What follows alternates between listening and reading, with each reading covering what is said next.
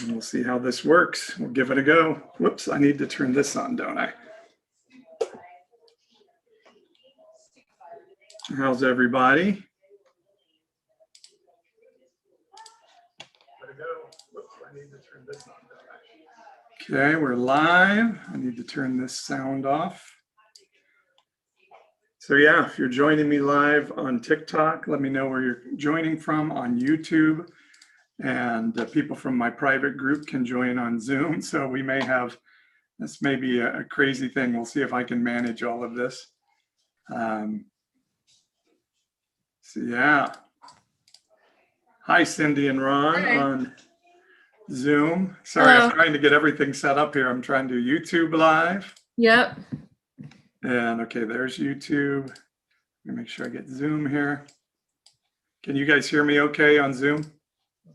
Okay. And I can't hear you, but let me see what I need. Yep. That. Oh, we're not muted. Okay, say something. I can hear you now. No, I All can right. hear you now. I don't know if I'm TikToking here yet or not. Okay, going live on TikTok. Yeah, look at that. I'm live on Zoom Hey. and on YouTube and now on TikTok. So wish I could get my TikTok camera a little bit farther over. Let me see if I can do that there. And Doug is joining us. Awesome. Yeah, I wasn't going to go live, but I just thought, you know what? It may need to be a debrief kind of night. And so I just saw that the Senate voted down the whatever they call it, the complaints. The objections. Objections. There you go. That's the word I'm looking for. And hi, TikTok guys. If you're on TikTok, let me know where you're joining from. On YouTube, let me know you're joining from. Hi, Deborah on YouTube. Hi, Doug and Ron and Cindy. Yeah, Doug from South Carolina. Lindsey Graham just gave a great speech. Mitch McConnell gave a great speech today. Did he? Oh gosh. He did. Today, as it is in America, we're seeing some great things happen that shows we're still Americans together. Mm-hmm. Well, all I could think when I saw Lindsey is that's how he remains in politics. He can change his stripes so quickly. In a minute. Isn't it the truth? All right, guys, on TikTok, tell me where you're coming from. Alabama joins us there. We're just going to debrief together a little bit. It's been a crazy freaking day. And I did a live thing with a church in Kansas that has me on to their Wednesday night event every once in a while. And we were just processing through how angry we've been all day, just angry that this could happen. I heard that Melania Trump's chief of staff resigned today because of this. There's talk of other cabinet members to resign, and ABC News now is reporting that there has been some discussion of 25th Amendment being invoked to try to get Trump out now instead of January 20th. So, and in the midst of it all, guys, the thing that was crazy, Connecticut says, I'm not thinking straight here. Florida joins us. In the midst of all this craziness, I'm watching Fox News because I want to see, somewhat what the right is saying about this. And in the middle of it all of a sudden they're like, oh, we have an announcement to make. John Ossoff has won his Senate race in Georgia. And in the middle of all of this, the Democrats take over the Senate. And so it's just like everything's being turned upside down today. It's really crazy. Yes. How are you guys feeling? Let's start with my private group guys that are on Zoom. Doug, how are you feeling about all this today? I never thought I'd be so glad to see Democrats win Senate seats. And I was, I went into this whole thing going, hey, I like a balance. Mm-hmm. Yeah. I wanted to put it this way. I wanted to vote against Lindsey Graham. I'm in South Carolina because I can't, he's a flip-flopper. He's the worst. So I wanted to vote against Lindsey Graham, but I was scared to because I didn't want the Senate to flip and then everybody be Democrat all the way around. I just don't see that as a good situation either way. But it gotten so bad that I'm just like, I don't care. Get these nuts out of here. Yeah. And Loeffler and Perdue are just lockstep. And so, by the way, Loeffler, did change her stance today, and 11 Republicans said they were going to object today, and only 6 did. So 5 of them pulled back, and Kelly Loeffler, believe it or not, she was one of them. Well, they didn't help her. She was, Yeah, nothing left to fight for now. Yeah, I guess she figured I got no reason to stand with Trump in this ignorance. I'll just go ahead and vote the way that makes sense, or make the stance that makes sense. But I've seen a lot of people I respect, people I know just begin to spout just the craziest things. That these people that invaded the Capitol building, it's all Antifa plants. It's stuff that's easily proved wrong. But that's and it's just incredibly disheartening. I mean, so it's like this, it's good to see it's some good things are happening, but at the same time, you're seeing just all this, it's really being pushed to the surface. And like I tweeted out earlier, I said, hey, I see a lot of Trump supporters distancing themselves from the violence in DC, from the Capitol building. But I got news for you. You voted for him, not just voted for him and then go, oh crap, what did I do? You voted for him and supported him all the way up until now. This is your circus and your monkeys. Yeah. You can't distance yourself from it. You're part of it. And I'm with you, Doug. I'm lifelong Republican, conservative Christian, and I think Republicans and conservatives and Christians have to own this. What happened today? You are responsible. You've been complicit. You've enabled President Trump with your unwavering support as he's committed egregious act after egregious act, if not illegal act. And he feels emboldened and empowered to do whatever he wants to do. And by the way, pocketed $250 million Absolutely since the election. Yep. So the church, the Republican Party, and the conservative ideology, it's too late. You can't walk away from this now. You own this. And seeing Ossoff and Warnock win last night, I wonder if this isn't some end of the Republican Party in some ways. I mean, they're still very close, the divide of the numbers in Washington, but I keep saying in 25 years, I'm not sure there will be a Republican Party. And I certainly believe in 25 years, nobody will admit they ever supported Donald Trump. Yeah. And maybe that'll be hastened. But yes, I heard Sarah Palin on Fox News today saying, I don't know. People are sending me pictures of Antifa breaking into the Capitol. I don't know. And I'm just like, you effing bitch. I'm sorry. We've got to start calling this stuff out. This is BS. This is ludicrous. This is nutso. And Christians of all have to start saying, no, it's got to be truth. Got to be truth. Ron and Cindy, I want to give you guys a chance to say how you're doing.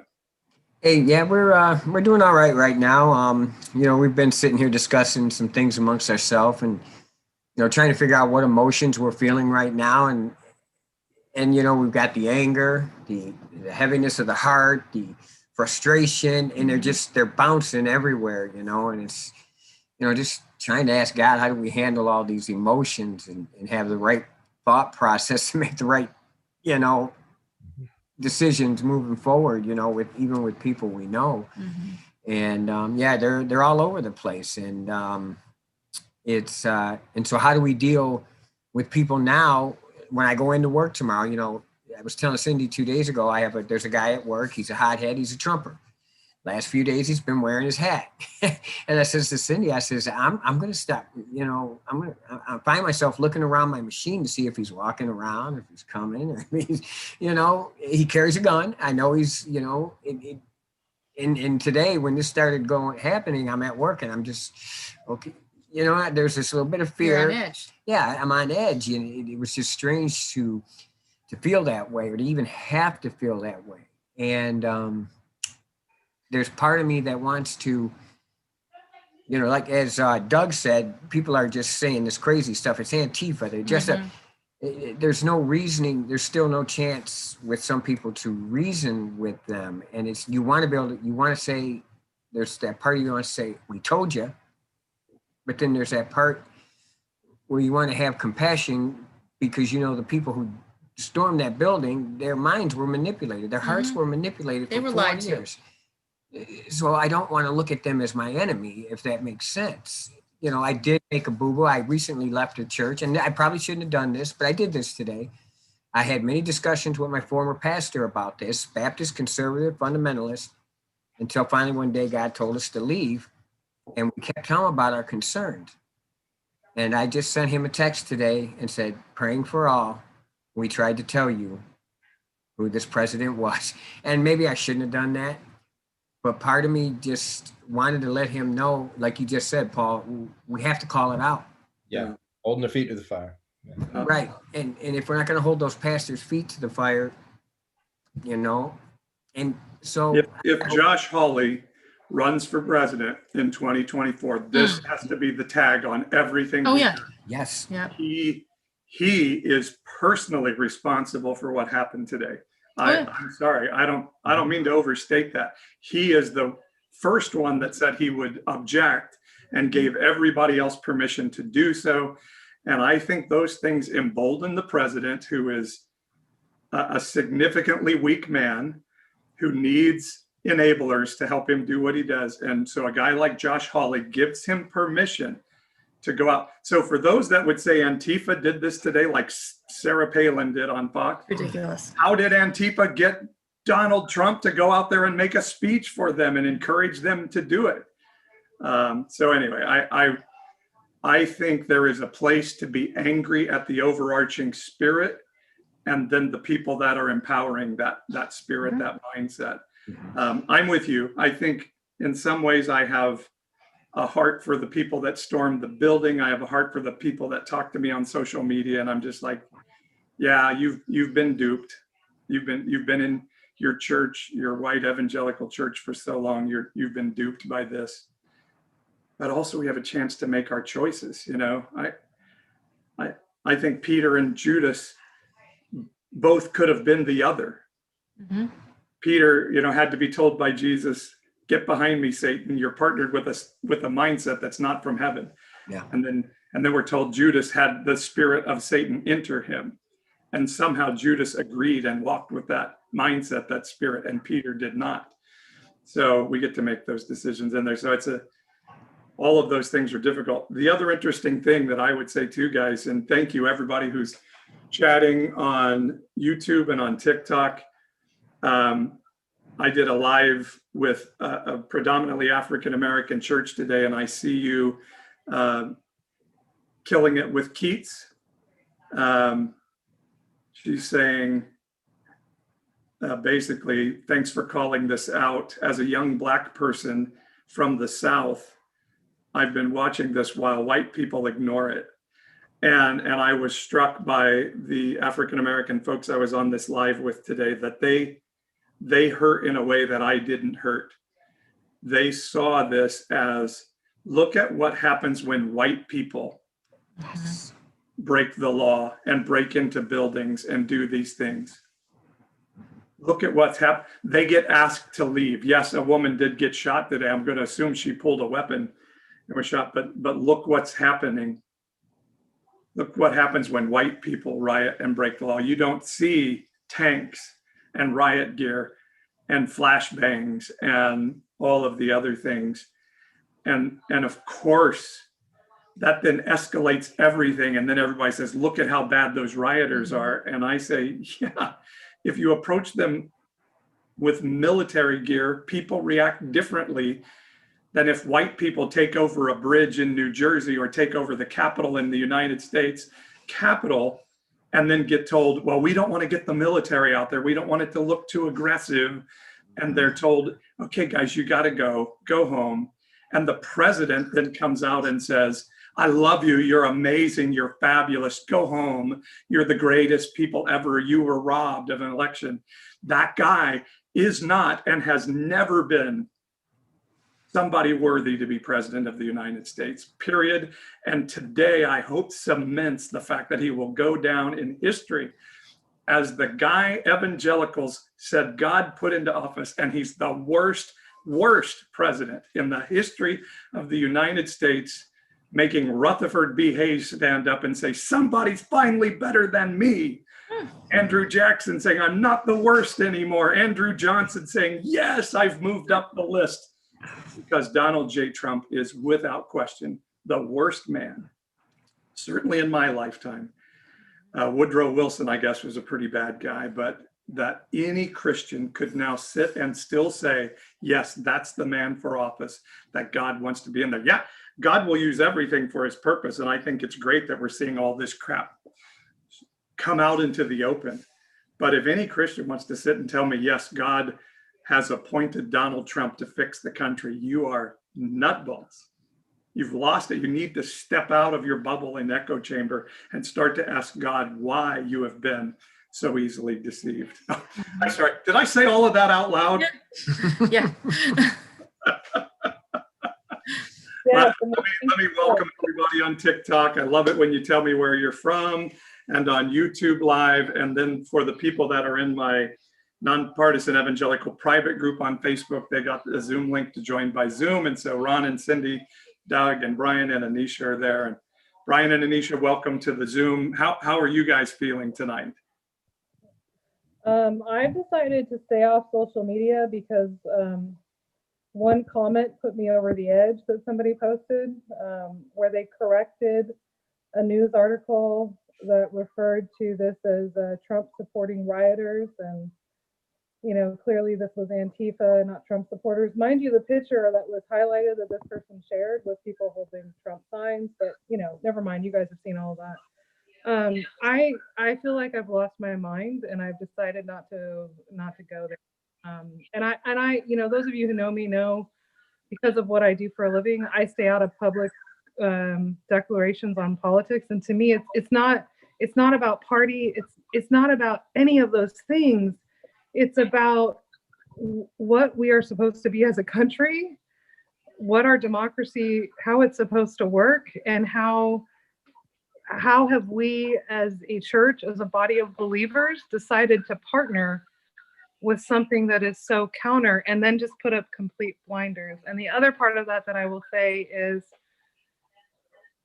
we have to talk about exactly what you were referring to, and with your earlier call, we have to talk about privilege. We have to talk about the fact that a group of Black Lives Matter protesters were tear gassed to clear room so that our president could hold up a Bible. And today, because the group was predominantly all white, they marched into the Capitol. We have to talk about that. Yeah. I think the privilege has really been revealed very crystal clearly. I think that we're seeing the outright division of the Republican Party clearly down the middle. We're seeing Mitch McConnell's long game kind of start to dissolve. I'm sure he didn't plan for this. And his challenge now will be to hold the establishment in power as much as he can. And I think that we're seeing a rude awakening for right-wing militias and Proud Boys. We're seeing that Proud Boys are being met with tear gas and rubber bullets instead of water bottles. And I think that a lot of Trump supporters are going to come away with this saying that someone was killed by police. A Trump supporter was shot to death by police. So I won't be surprised if we see some blue line flags start to come down from people's houses. But I think Trump has cemented his loyalty for his post-office political life. And I think that we're also going to look closely to see how the Republican establishment tries to take back the party, or if they're just simply going to try to survive while hoping Biden makes all the concessions he can. So the comment that set me off, Paul, was somebody saying, well, this has to be Antifa because conservatives don't behave this way. Yeah, I know some poll workers in Florida from the year 2000 who would disagree. Who said conservatives support Donald Trump? That's it's like real conservative. That logic is so backward. Oh, that can't be us because we don't do that. Well, you did, so it obviously is you. That's. I'm just, my feeling on this day is obviously a lot of things, but one thing that just went through my head so much as I watched that was, 5 years ago, 2016, I parted ways from the majority of my friends and acquaintances by not voting for Donald Trump. And I tried a little bit even then to tell him, guys, he's not what you think he is. It's not just he says dumb things. It's worse than that. I couldn't get people to listen. And, here we are 5 years later. And just to watch, people I knew for almost 5 years ago, 4 years ago now, who voted for Donald Trump in 2016, these Christians were saying, well, we know he says some dumb things, but we're just going to hold our noses at the polls. He's a lesser two evils, it's better than Hillary. And to see that they obviously didn't mean that, or if they did, they've changed. Because now he could shoot someone on Fifth Avenue and they would still defend him. It's true. Christians I'm talking about. And when I saw the Jesus flags on the Capitol steps, huge sign that said Jesus 2020, Jesus saves, it made me physically ill. You do what you do, but don't drag Jesus into it. Don't represent Christ doing this. Pick a side. Either you're for Donald Trump or you're for Jesus. I'm sorry. I'm not talking about people who voted for him. I know we all vote how we vote, but if you're going to be like that about Donald Trump, you need to choose. Is Trump your God or is Jesus your God? You cannot have both. Well, that's the thing. I've never said anybody can't be Christian and vote for Donald Trump. I agree. You vote for who you vote for.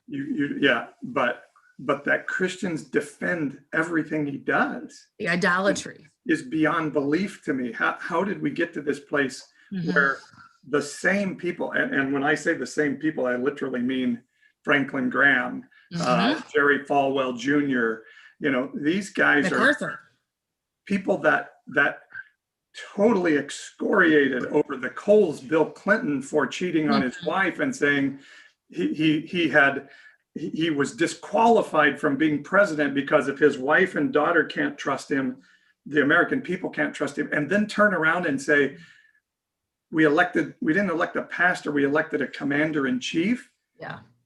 How freaking hypocritical are you? And how much does that hypocrisy hurt the ability of the church to share the good message of the Bible? And B, there was your commander in chief today. Congrats. Yeah, well done. Thanks for screwing America there, my friends. Yeah. In this whole business that, your character doesn't really matter. It's your policies. I've heard that so much too. I only voted for him because of his policies. I don't care about his character. Well, this past week, we've seen what his character does. All this business that character didn't matter, it clearly does. And those things mattered when it was a Democrat in office. Yes. Somebody got shot on Fifth Avenue today. Romans 13, 1-5, all of a sudden became an important verse in the Bible when a Republican is president. Right. So that's the problem. I'm the hypocrisy. In fact, I wrote a blog about it this week on my website. You guys can check it out at npepodcast.com. It's, when my daughter realized that I'd been lying to her about Santa Claus her whole life, I had to go restore some confidence in me. And I had to I literally sat down with her and said, I want you to know God is real. That I totally believe, in God. He's real. But the Easter Bunny, Tooth Fairy, and Santa Claus are not. And I think evangelicals, if we want to have any voice in culture anymore, we've got to sit down and say, okay, we got way off track, and repent and clean up our mess and fix it. Otherwise, who the hell would listen to our story about God? I wouldn't listen to us. And we've got a credibility issue here. And then add in our end times nonsense and our exclusivity of our religion, where we write people off and we just, who would listen to us anymore? Why would the world care anything what the right-wing American evangelical church has to say? Yeah, there was a am I keeping it real tonight? Am I keeping it real?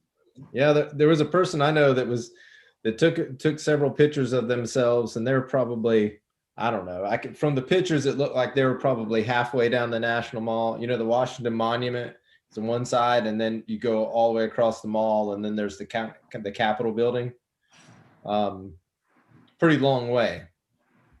And I would guess from the photos they're halfway down the field, and they said, here we are, here's pictures, it's all peaceful, don't listen to the media, there's nobody attacking the Capitol or whatever, however they phrased it. But I was like, how could you even know? Right. From there, it may be peaceful out there in the National Mall, but it just boggled my mind trying to just the gymnastics that they go through to try to make things just mind-boggling. By the way, I love it. I love it when my TikTok and YouTube folks tell me where they're coming in from. And Kyle Dog 67, Athens, Georgia. You did it, Georgia. That's right. Georgia is kicking ass. My goodness, the rest of the country is grateful for Georgia. And again, let me say, folks, I am not a Democrat. I have never been a Democrat. I don't think I will ever be a Democrat, but I do believe people have to be held accountable. And the only way you make things change is by making people pay for their malfeasance. And so, as worried as I am about having one party, I live in California, I know the danger of having one party be a super majority. It's a problem. But I just thought Mitch McConnell and the Republican Senate deserve to be punished for what they've done. And so Athens, Georgia, I'm grateful for you guys. Yeah. I love that. Athens, Georgia. Athens, Greece, first democracy. There you go.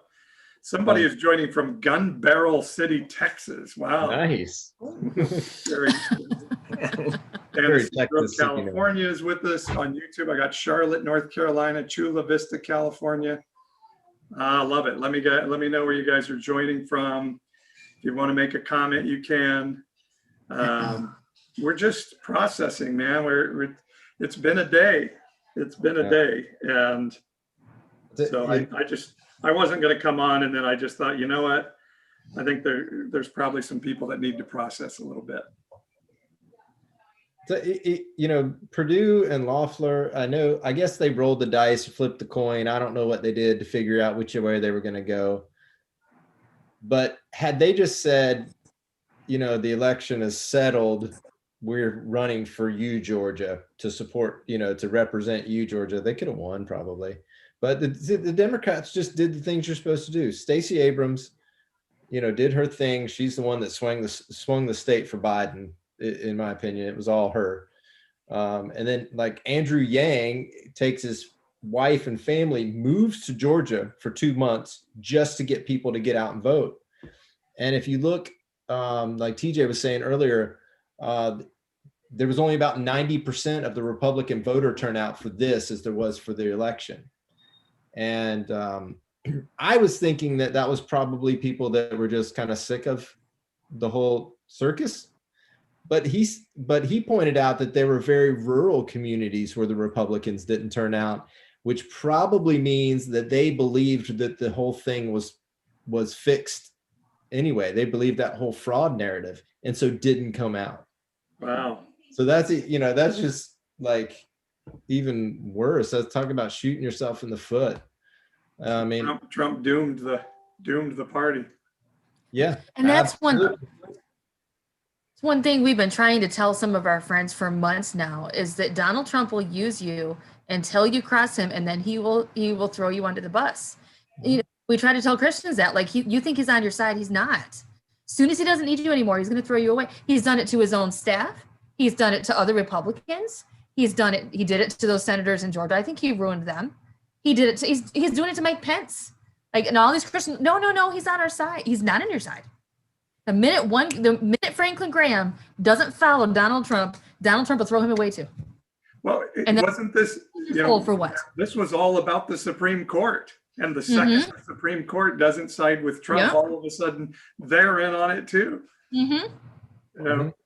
Yeah. Can I read a post? Do you follow Maximus Nason on Facebook? No, I don't.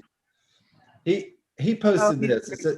He just said, imagine being in such a place of deception that you believe all Democrats, world leaders, scientists, most Republicans, the court, wealthy industrialists, the FBI, CIA, NSA, journalists, news media outlets, Pope, VP Mike Pence, Jeff Sessions, Mitch McConnell, et al. Are the ones lying to you to control you, and the only one that can save and liberate you is Donald J. Trump. Yeah. So I posted that on my One Ministry page, and somebody I know came on and said, maybe I'm deceived, but I do believe that. They actually admitted it. Well, the first step in realizing you have a problem is to admit it, right? No matter how. I mean, I've asked people who have been telling me that the election is fraudulent. I've said that same thing. Supreme Court, Mhm. Bill Barr, all, of course, the FBI and all of those agencies, which of course are deep state. I said, who is it that can tell you that you're wrong? And if the answer is only Donald Trump, Mhm. don't you see a problem there? Can you not start to think something is wrong? You're in a cult. You're part of a Yeah. cult. If only Donald Trump can tell you that, then that's what you are. If only Jim Jones or David Koresh can speak truth to you, you got a problem. That's not going to end well. yeah, I was talking to my boss at work, and he's a Trumper, but he's not a hardcore Trumper. And he explains why he's, because he buys into what the right-wing media says. Oh, they're going to bring socialism and all these other things that you constantly hear on the right wing. But I think I might have touched something, because one of the things he said, because I did that same thing, I says 60 judges, 2 Supreme Court losses here. And I brought all that stuff up to him. I said, are they all wrong? And he goes, well, and he finally admitted, he goes, well, I'm just afraid for my kids' future. And I really think at the heart of it all is it's just extreme fear of losing the life and what they're used to seeing. And if you can get people to admit where the underlying, underneath the anger, underneath the frustration, and help them find what they're really afraid of, then I think we can crack through to some people. But if you can't get people to at least admit that, they're going to be stuck in the cult thing. Folks, Yeah, because they'll say, no, I'm not afraid. I'm angry. No, you're afraid. I've been having this conversation online with a lot of right wingers and saying, hi, Roxanne. I'm a little late, but and I'm going to be walking around, so I'm going to mute myself. Okay. Okay, great. And I've been trying to say to them, do you understand the bread and butter of right-wing media, how they make it work, why Fox News is the most watched cable station out there?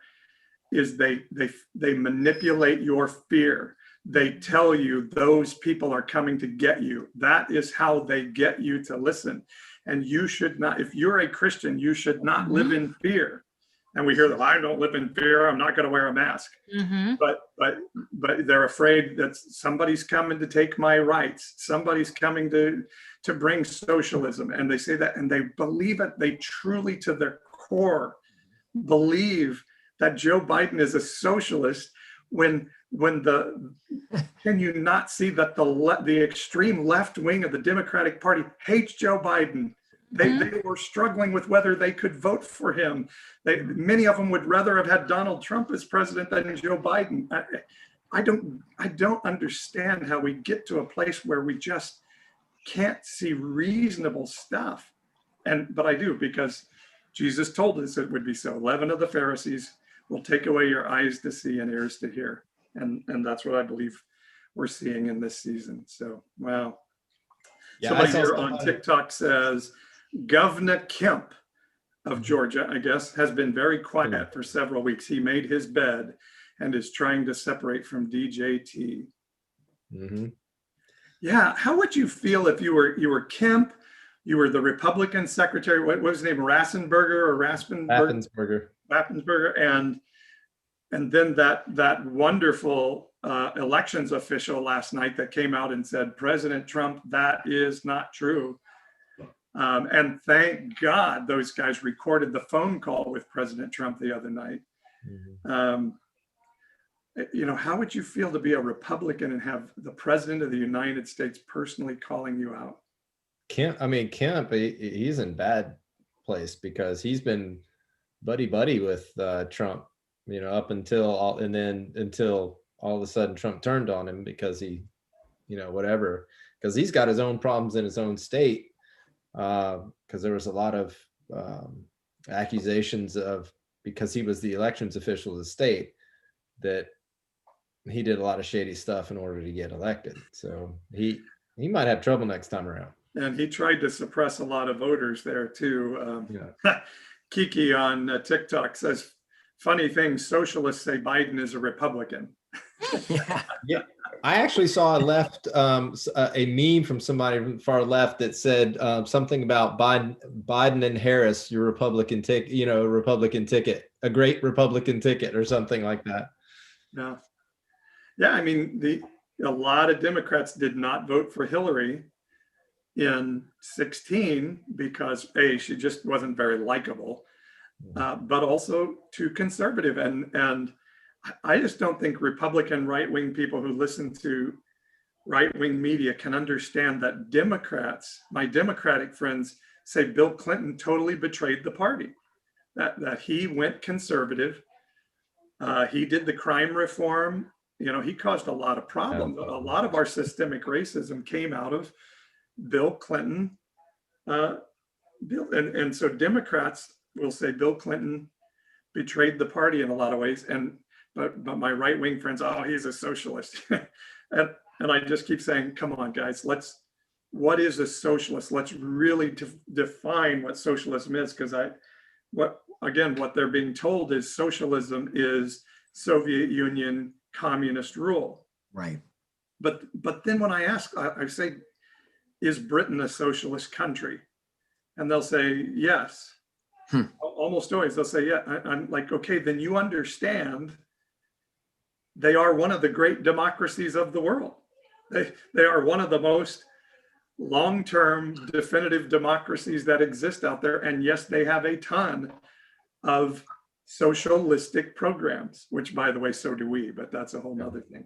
So socialism and communist Cuba are two very different things, but in most right-wingers, people who listen to a lot of right-wing media, they are one and the same. And so I think we can argue about whether we have a national health program or not, and not be wanting to institute Leninist communism in the United States. Mm-hmm. Yeah.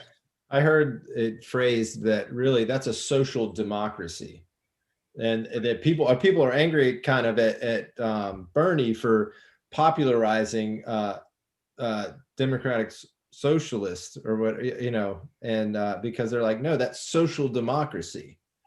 We're not socialists.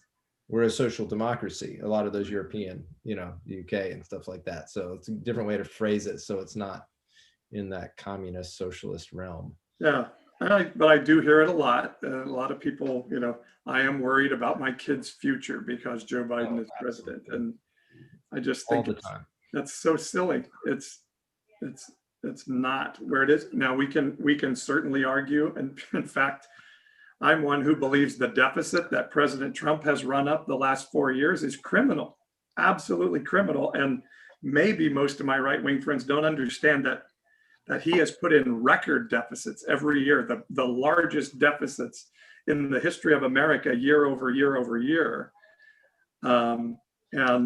Maybe we don't, I don't know. We used to be deficit hawks on the right, but suddenly that didn't matter anymore. Is it true that he's the first president to ever increase the deficit in a boom cycle? Could be. I think I saw one time that he's the first president to ever have increased the deficit in a boom economy. Wow. Yeah, see, that's conservative, huh? Yeah. Well, that's part of the illusion. You look back at some of the great Roman empires, they were, some of those Caesars were great builders. They would build great buildings, but they were emptying the coffers of the empire, and they were actually going broke. But they were creating this illusion because they see this great leader and all these great things happening and all this. So you create this, most people don't look at the deficit. They just don't. They just see jobs, jobs, jobs. But sometimes when you're creating all these jobs, you're losing from tax cuts and you're driving up the deficit too at the same time. So you're not actually seeing it getting undercut because you're happy, you're working, right, you're in a little bubble. You don't see, and you don't see picture. it actually happening until it's too late. Well, it's funny. I keep asking a lot of people, like, how do we know what is good debt and what is not good debt? I'm convinced that, the government should run at a deficit. It does fuel the economy, which keeps things rolling. And so that's something that I've learned. Even Pat Buchanan was the first guy I ever heard say deficits are good. during the Reagan administration. And I thought that was crazy. But so I think there is some deficit that we can handle with the GDP. Right. And so I would like to know what that is, but I think just, and obviously we've all agreed during the coronavirus. I mean, I wish back in March of 2020, we had just shut everything down and told every business owner, we're going to print money to pay you to not open your place. And we might all be cheaper by now. Yeah, it would have been cheaper in the long run. Yeah, it would have been cheaper in the long run. You're right. So suddenly we're deficit hawks. You know, we're worried about deficit and debt when it comes time to give average citizens money. That's right. I don't whatever. So Charles on YouTube says, I think Jesus was a socialist because he healed everyone. He didn't care who they were. I've been seeing this a lot. What do you guys think? Was Jesus a socialist? I don't think that Jesus was anything in particular. He was just always good and right. So sometimes socialists are right, sometimes non-socialists are right, and Jesus just did what was right. I don't think we can really categorize him. I mean, I get what the guy's saying, that Right. Jesus was generous, and that's He's not, the quality of it, but I don't think we can put Jesus in a box. I don't he's think- not a socialist. He's a king. right. He does whatever he wants. Got It's it. his kingdom. He owns it. That's what You know, I and if I could add, you know, I'm not an economic guru at all. This is just a girl who doesn't know much. But from what I've learned from my husband, talking to him about something, socialism and capitalism are a spectrum. There's no country that's all capitalist or all socialist. Right. We're all in between. And my personal preference is to lean more toward free market and less toward socialism. But I understand that some socialist programs, like you said, are necessary. And it's a matter of judgment, how far we go one way or the other. It's about compromise. It's about talking. And what really disappoints me is how so many people just, if you mention one thing that they perceive as socialist, you're now the enemy, you're a bad person, you shouldn't even be allowed to govern. Instead of saying, hey, okay, you think medicine should be socialized. I kind of think it shouldn't be. Let's talk about it. There's so much fear. It goes back to that fear. As soon as you hear anything that sounds socialist, there's this instant fear. Now you're the enemy. That fear turns to hatred, and it just gets blown way out of proportion. Yeah. I think Jesus likes for us to think. Mm-hmm. And I think there are times when we say, hey, we're getting a little too far on the Right. spending spectrum. Let's pull back this way a little bit. And then other times like, hey, we're not caring about people enough. Let's think this way. And so I think there should be that tug of war in our process at all times. But I worked in healthcare for 4 years during the big HMO transition of the late 90s. And, you know, we knew then, we were talking with, I worked with insurance professionals, healthcare professionals, medical malpractice professionals, doctors, nurses, and we all agreed this American system is going to break down. It's not going to last. And the one thing that we were always amazed at is the American system costs exponentially more than the rest of the world's healthcare and gets middle of the road results. And so at what point do we say that's a really bad idea? Britain spends way less per person on healthcare and gets better results through their national health system than we get through our private insurance system. And by the way, when people tell me, yeah, but then you're going to have government officials deciding who gets care and who doesn't, insurance companies decide who gets care and who doesn't. And most of the time it's based upon who has the most money. So you either are going to decide, or is there an independent elected body deciding these things, or a profit-driven company that's deciding these things? And I think that's an aspect of healthcare we don't ever look at. And I think sometimes Jesus would say, hey, your free market, profit-driven everything isn't always the right answer. Mm-hmm. In fact, quite often it's very much the wrong answer. Well, look at Gravity. What do they call it? Gravity? The Dan Price, and it's in Seattle. The guy that decided he was going to pay everybody a minimum of $70,000 because that's what it takes to live there. Still, they grew. They took a little dive right at first, and then they grew. grew like crazy up until COVID hit. And then everybody decided that, a lot of the top people decided they would take pay cuts so that everybody could stay on, so nobody would lose their job. And they've been navigating it and been doing well. And that's one way capitalism can work, is when people just, All right. Hey, guys, on TikTok, I'm Pastor Paul.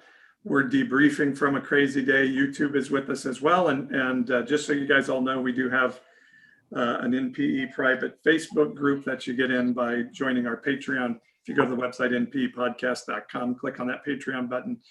And so we have some of those folks with us on Zoom, and those are the other voices you hear talking. I wanted to see if I could do this. I was telling you, Doug, you're a South Carolinian, that Lindsey Graham had some interesting things to say. Let me see if I can share this and you guys can hear it. 6,000 people enjoy. It's not very loud. How do I turn up the sound? Oh, I guess that's as loud as it goes. Can you guys hear this? I can hear it just fine. Georgia, under 18 voted. How many people believe that? I asked, give me 10, and I had one. They said 8,000 felons in prison in Arizona voted. Give me 10, I hadn't gotten one. Does that say there's problems in every election? I don't buy this. Enough's enough. We got to end it. Vice President Pence, what they're asking you to do, you won't do because you can't. You talk about interesting times. I associate myself with Rand Paul. How many times will you hear that? The mob has done something nobody else could do to get me and Rand to agree. Rand is right. If you're a conservative, this is the most offensive concept in the world, that a single person could disenfranchise 155 million people. The President of the Senate shall, in the presence of the Senate and the House of Representatives, open all certificates, and the votes shall then be counted. The person having the greatest number of votes for president shall be president. Where in there does it say Mike can say, I don't like the results? I want to send them back to the states. I believe there was fraud. To the conservatives who believe in the Constitution, now's your chance to stand up and be counted. Originalism, count me in. It means what it says. So, Mike, Mr. Vice President, just hang in there. They said we can count on Mike. All of us can count on the Vice President. You're going to do the right thing. You're going to do the constitutional thing. You got a son who flies F-35s. You got a son-in-law who flies F-18s. They're out there flying so that we can get it right here. There are people dying, to my good friend from Illinois, to make sure we have a chance to argue among ourselves. And when it's over, it is over. It is over. The final thing, Joe Biden. I've traveled the world with Joe. I hoped he lost. I prayed he would lose. He won. He's the legitimate president of the United States.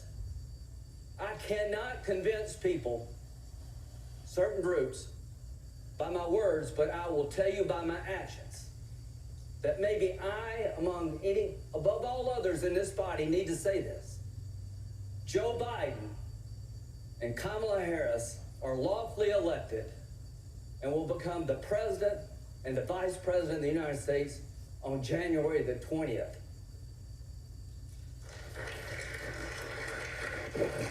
I don't know if Lindsey Graham can't convince our extreme right-wingers out there, who can? Nobody. Yeah. I mean, that was a pretty good presentation, but like, that's why I said earlier, I mean, that's how he stays in politics. I mean, he's able to change the stripes pretty quickly. So, but he's right. I mean, Now, this is funny. I have a guy named Terry on TikTok who is saying Democrats are death to America. Terry, that's a ridiculous statement. I just tell you, my friend, get out of your right-wing media echo chamber, talk to other people that disagree with you, that think differently than you. That is not true. Democrats are not un-American. They are just as American as you. In fact, maybe more so if you believe only one party can be American. Get out of that bubble. Find other people who disagree with you and find out that they love America just as much as you do. Lindsey Graham is as political and as much in the pocket of Donald Trump as anybody. And he understands that he can disagree with Joe Biden and Nancy Pelosi and still be American. That is the problem in the country right now, is believing that people who disagree with us are not patriots. That's ridiculous. That people who want to question the country and how things work are not patriots. It is actually really patriotic. You really love something when you say, I want it to be its best. It is godly to say, hey, this isn't right, let's fix it. And now that we've gotten to this place where anybody that says anything bad about America is not a patriot, anybody that takes a knee in a football game is a son of a bitch that needs to be fired and thrown out of the country. Check yourself, check your heart. That is wrong.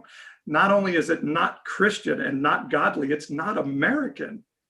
Let's come to our senses. Today is a day to wake up, everybody. It's just a day to wake up and put the nonsense away. I saw a great post. This is early on, like soon after. By the way, Terry says, I hope you're right. Well, thank you, Terry, for at least hearing what I had to say. Good job. I'm sorry. I'm coming on strong today, so I appreciate when somebody will hear something and respond that way. Thank you for hearing what I had to say. That's right. Like I saw this post, it was soon after the election. It was the wife of a local pastor here of a church, a really quickly growing church, great church. And she said, when Obama got elected, we thought that was the worst thing that could ever happen the first time. She said, but if I look at where we were when he got elected and where we are now, we are better off. We are happier. We have a bigger family. We have more money. We've planted a church. All of these things happened. Wonderful things happened during the Obama presidency. And she was saying, it doesn't stop your life. Just because there's somebody you disagree with in the White House, it doesn't stop your life. Our life got better while a Democrat was in the White House, and your life can get better too. President Obama didn't do everything perfectly, no question about it. But he took over in a very difficult time and navigated us. And a big part of the Trump economy was the growing economy that he was handed from the previous 8 years of the administration. So yeah, I'm getting some interesting comments. I really like these. Sam says, Jesus was seen as blasphemous. It is essential for Christians to question injustice around them. Kat on YouTube. By the way, who was it? Somebody said, oh, I joined too late. I wish I'd have caught this earlier. This will be recorded. YouTube saves these, so you'll be able to watch it on YouTube later. James says, Graham smelled the room. He should have spoken up years ago. Yeah, I do think, like I said, I'm not a Democrat, but I was rooting for the two Democrats in Georgia last night because I wanted the Republicans to pay a price. I think what they did in 2016 with Merrick Garland to not bring him to the floor for his vote on his Supreme Court nomination and then to rush in Amy Coney Barrett is the apex of hypocrisy. And we're supposed to be God's party, right? So I think hypocrisy is a sin. It was the sin Jesus hated the most.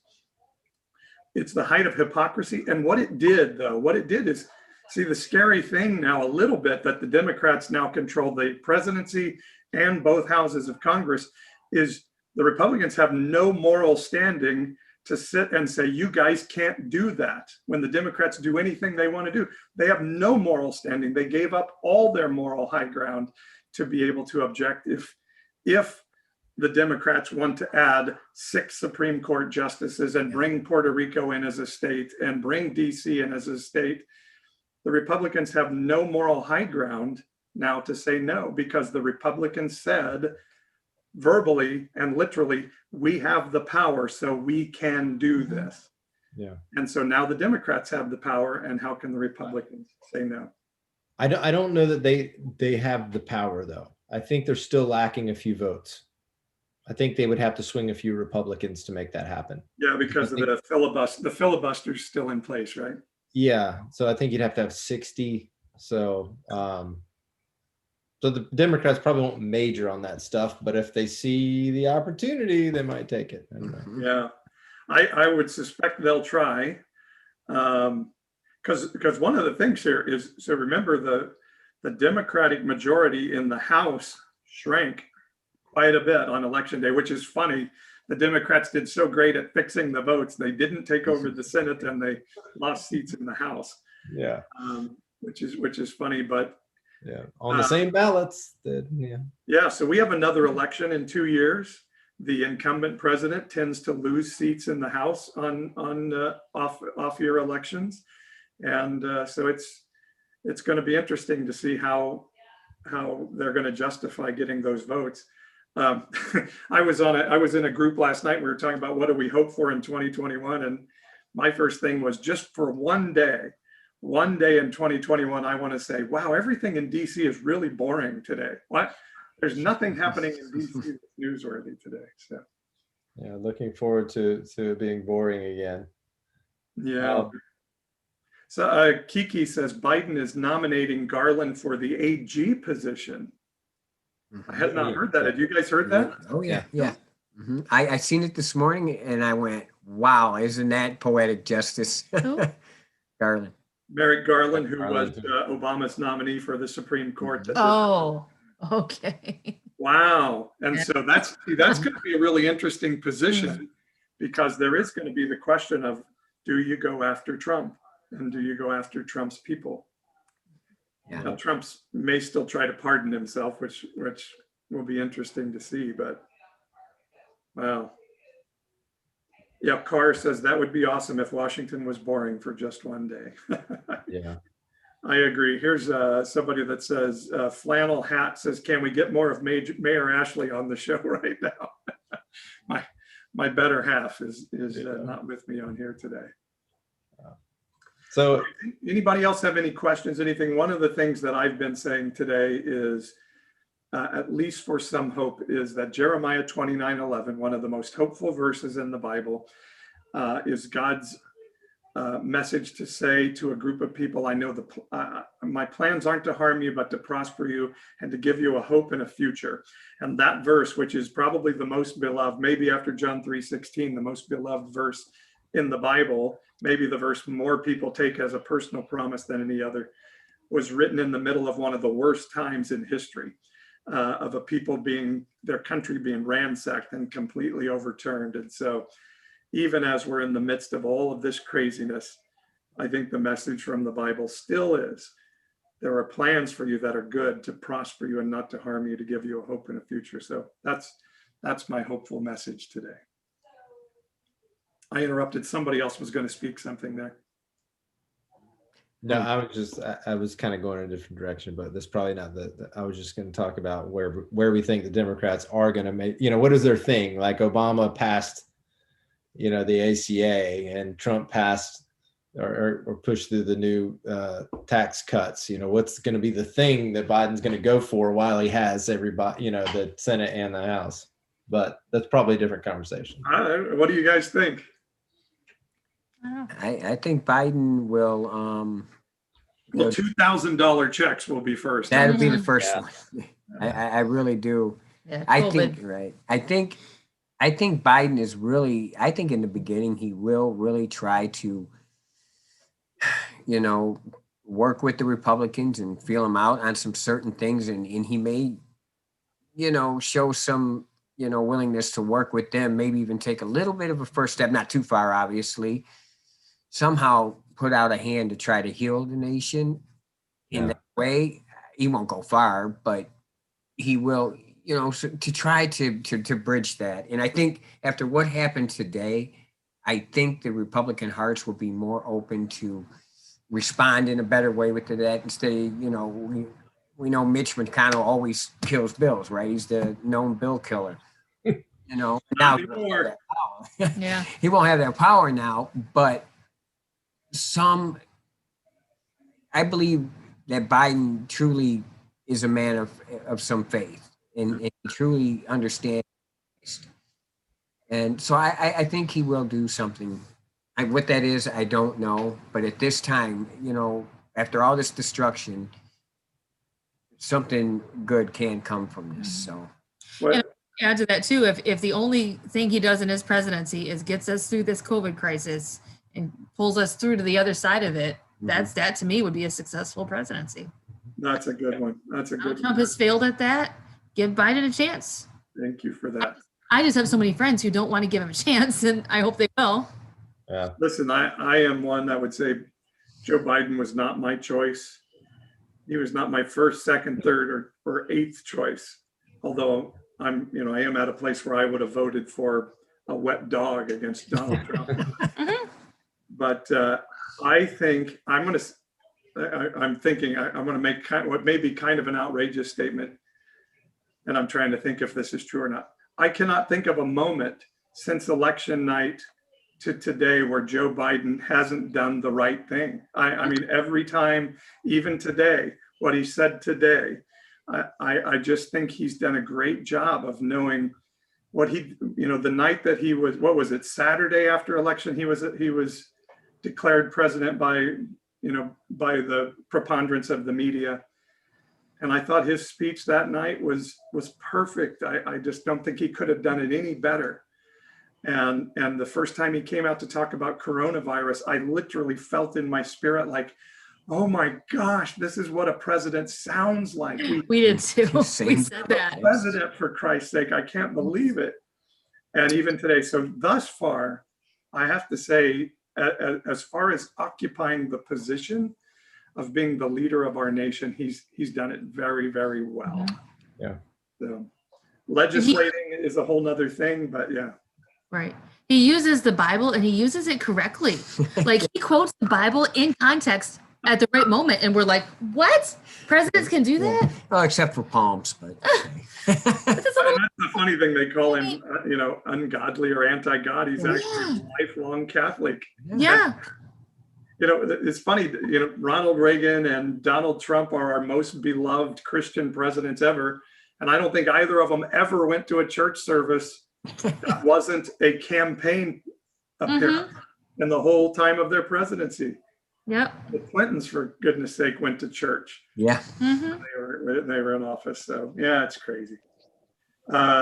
G. Giraz says, my favorite comment from Senate today, Angus King said, it is easy to speak up against your opponents. It's hard to speak up against your friends. Oh, that's really good. Really good.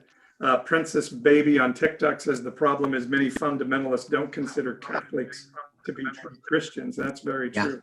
That is true. Mm-hmm. I've had people say he's not Christian, he's Catholic. But Donald Trump is. So what's the standard there?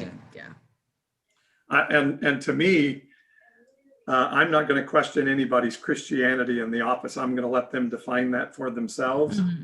But I can judge if their actions are Christ-like. Right. That's right. And I believe Donald Trump's words pander to evangelical Christians, but his actions have not been Christ-like. Yes. That I can judge. Well, very cool. Well, maybe we're winding down a little bit. James says, John Lennon's song, all we were saying is give Biden a chance. I like it. I like it. Anybody else have a thought? Trying to think if there's anything else that I did on TikTok today. I mean, my first TikTok was I just vented my anger and said, what did you think was going to happen? Evangelical, 50 years of this right-wing Christianity, and then 2 months of lies about the election, and then President Trump going out in front of the crowd today. What did we think was going to happen? They knew. Some of them did. We knew. We saw it coming. We knew months ago that this would happen. So that's a question for you. Do you think Trump has enjoyed today or not? Oh, yes. Absolutely. Yes. He's loving it. But Definitely. I think what we can, again, if we can find the other side's what the true fear, and once we face our fears, it usually opens our eyes. I think today what we saw,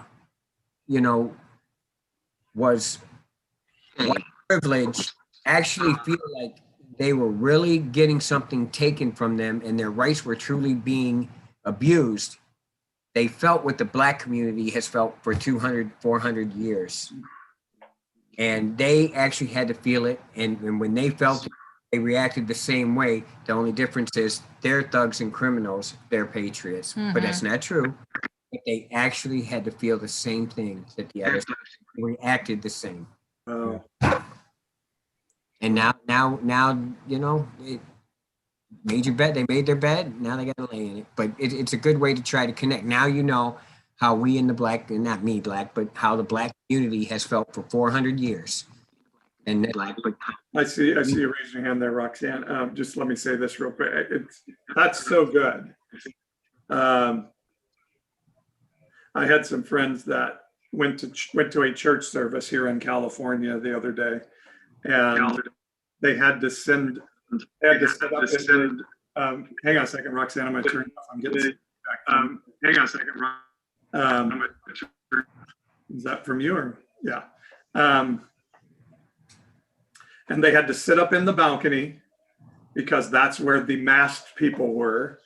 And they had to sit far away from everybody else. And the statement my friend made to me was, I know just a little bit of what it's like to be a marginalized person of color now. I'm not going to say I know what it is, but right. I just had a taste of what that feeling is like on an ongoing basis. So, wow, very good. All right, Roxanne, what did you want to add? Let me unmute you here. Or can you unmute yourself? There you go. Of what that feeling is like on an ongoing basis. You're going to catch up here. I think my connection is bad. Is it my turn? Yep. I have a poor connection. Yep. Can you guys hear me? Mm-hmm. I was planning all this, but I just couldn't help but think that. Oh no, we lost her, huh? People that lost their belongings to someone else capitalizing, and I don't know what the right word is, and their anger for their own greed.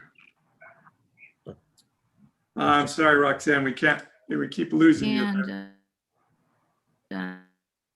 Sorry, well, we lost her connection there, but I had a couple of other people comment on here. I have a close family member who is showing guilt today and my heart isn't softening. I've actually had a couple of people reach out to me today and say, this has made me so angry at my family. I don't know what to do. How do I process this through? And one thing I would say is you get to be angry, let your anger process through, but don't stay there. Let God help you work that through. Read some Psalms and see how the psalmist worked through anger and be very real and raw with it. Yes, I think when Jesus was turning over tables and hitting people with whips, he was pissed off. So don't be afraid of letting that anger process. But then if you read the Psalms, they always end with, but my hope is in you. And that's where I'm going to stay. So.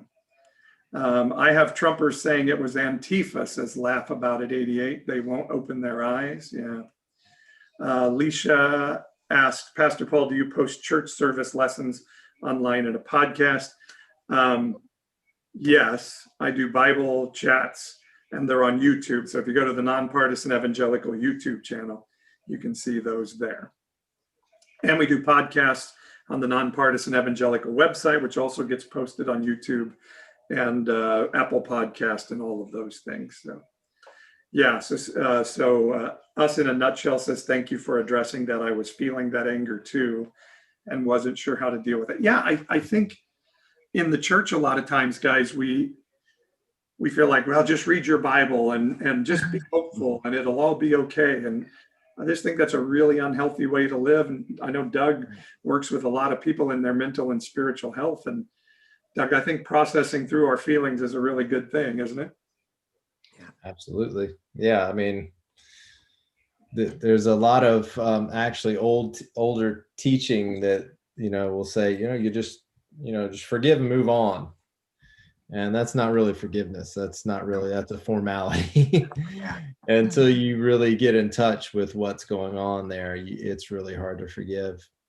Forgiveness is actually really big, because I know a lot of people are going to be saying, well, talking about that, and like, do you forgive the family member that's been very vocal about Trump and support for Trump and da da da?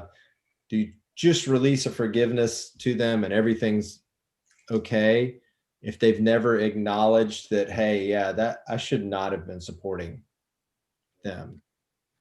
So when I say that is like, is there a forgiveness is there something to forgive? Like, you can choose to love people even where they are when they're hurting, or they're, wherever they are, you can just choose to love them, and in whatever, but like, you have to figure out. So this forgiveness is sort of a weird subject in this, I think, because it's not just straightforward. It's not just like, I had an issue with you because you did this to me. It's like, the reason there was a wedge between us is because you were believing crazy things. And until you come back off of that, there's no way to forgive and restore. Yeah, I think the best way to handle something like that is just to. It's not always easy. Forgiveness is tough at times. What they did to Jesus, and he said on the cross, "Father, forgive them, for they know not what they do." And you kind of mentioned that they just don't, and we just have to learn to try to really grasp that they're being fooled, manipulated, and they just really don't know. Yeah, and I think so we get to build boundaries, and so I tell people on a regular basis, but I have my own relationships where this doesn't work, where you just have to say, okay, we're never going to talk politics. We cannot have relationship. And I found that the Trumpites amongst us really feel emboldened and like they get to talk politics. But if somebody disagrees with them, suddenly that's a major relationship violation. And so anytime I'm in a relationship where somebody tells me my beliefs or who I am are not valid, I can't have relationship based upon those beliefs of myself. So you know what I'm saying? If somebody says who you are is a violation to me, your political beliefs are a violation of me, I can't have relationship with that person unless we can boundary that off and we agree neither of us get to bring that to the table. And I'm willing to fight for relationship with you to boundary that off. But if you're not willing to boundary that off, then we cannot have relationship. Or if you want to bring your beliefs on the table, then my beliefs have to be fair game on the table as well. So anyway, that's the way any relationship is. And I think too, there's a difference between disagreeing and being nasty. And like, we have some Trump supporter friends that can have a good, healthy debate with us. And at the end of the day, we're both respectful and okay, we can still respect each other.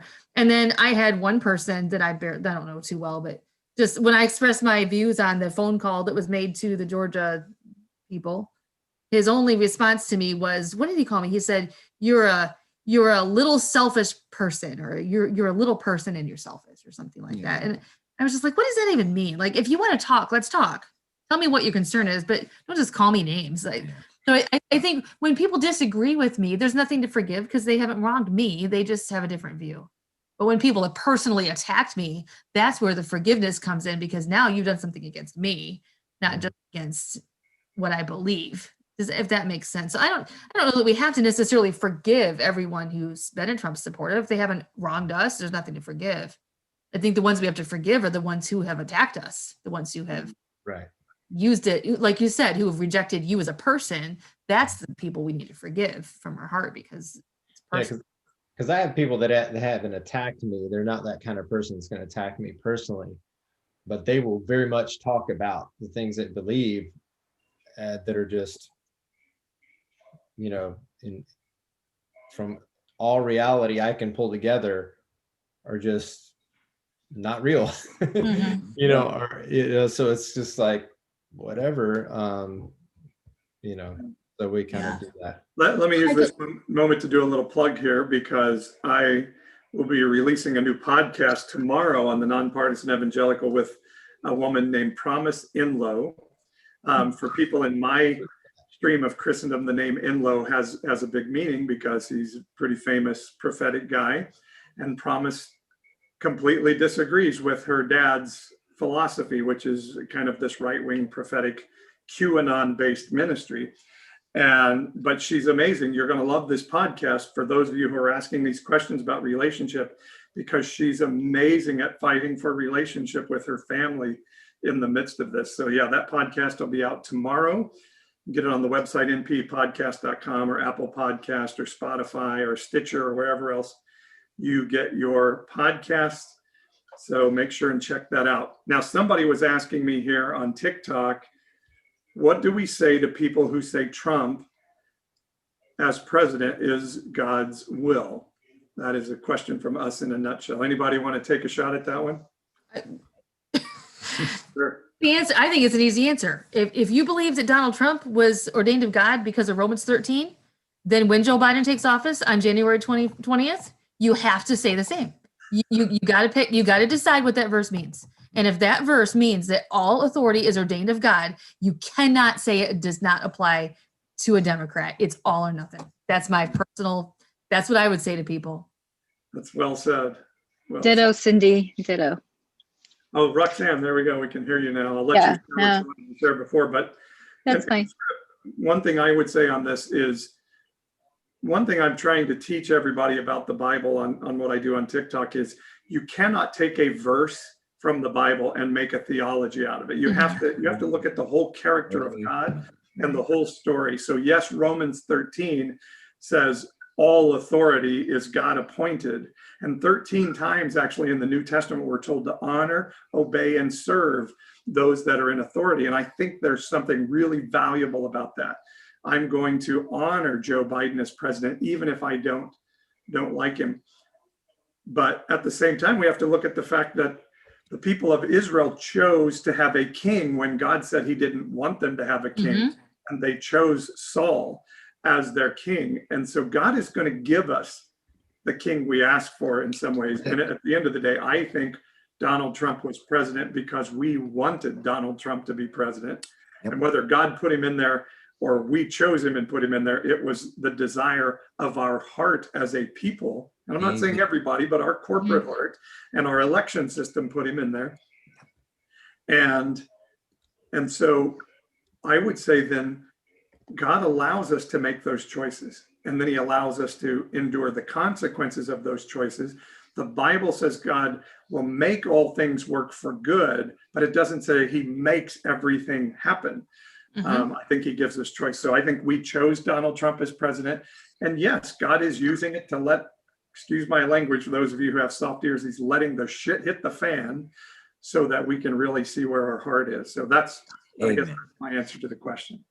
That, Paul, you hit the nail on the head. I gave a woman the same answer a couple days ago, and that's the exact answer I gave her, because exactly, maybe God gave it, let us have Donald Trump so that at some point we'd have to reflect back and look and say, what did I do? Yeah.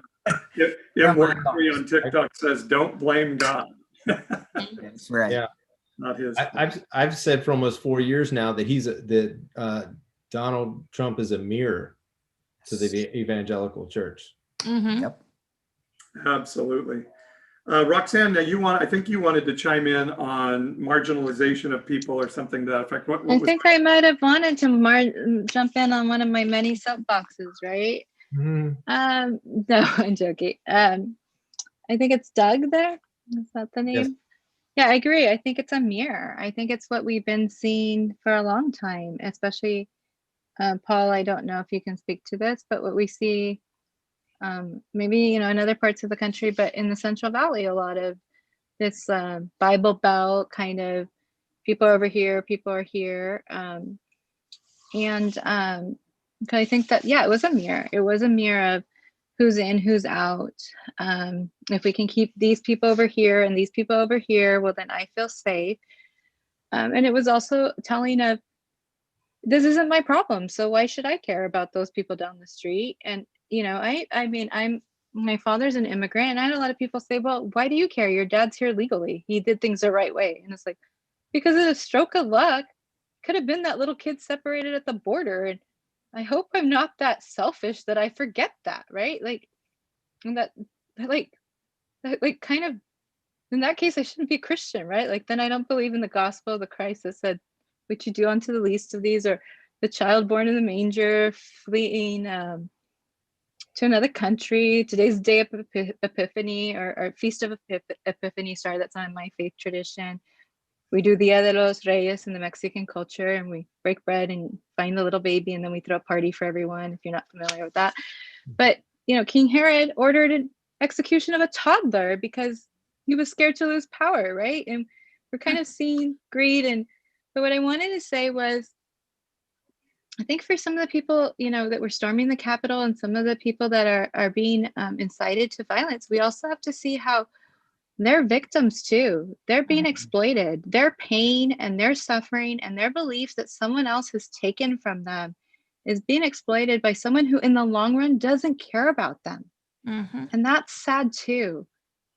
And I'm worried what's going to happen. Like, where are we healing those hearts as well?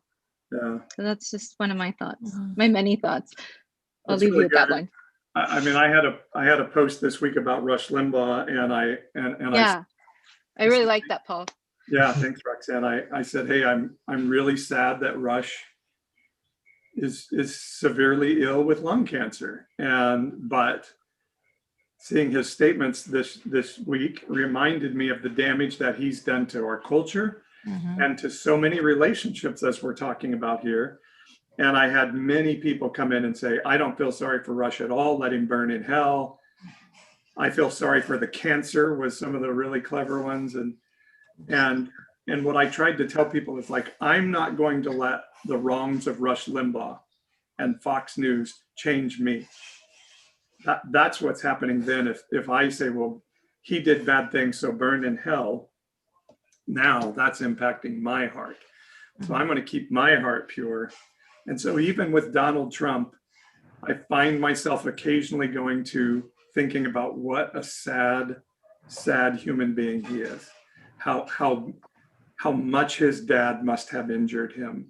Oh yeah. Because here he is at 70 something, still trying to win daddy's approval.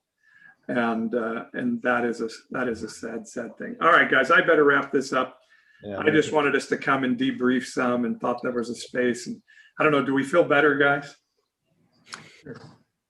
Absolutely. Feel like we're not alone anywhere. Yes. Right. Well, I feel I'm not alone, and I feel like this is a space where I did go to Phil and Reese's, and then I had to check out to come check on my kids. But I do like being reminded that we don't wish ill to other people. Like, even if we disagree, we still want to love. We still want to continue. And I think sometimes we get caught up in not remembering our own values. So I appreciate that. Awesome. Ron and Cindy, Doug, Roxanne, Anisha, and Brian, who had to leave earlier, thank you guys for joining from the private group. TikTok, YouTube, guys, we do this on a regular basis. You can sign up for my newsletter on the website. We do podcasts. And Saturday morning, 9 a.m., I do a Bible chat, 9 a.m. Pacific. Then my wife and I do a little live show at 10:30. And then Sunday mornings at 10, we do a spiritual gathering where we take communion together in the Christian tradition. And you don't have to be a Christian to do that with us. Just come join us and want to hang out. But bless you guys. We're going to get through this. That doesn't mean it's not going to be a little ugly sometimes, but we'll get through it together. So really appreciate everybody coming and hanging out. Thank you guys on Zoom here. Paul. Thank you.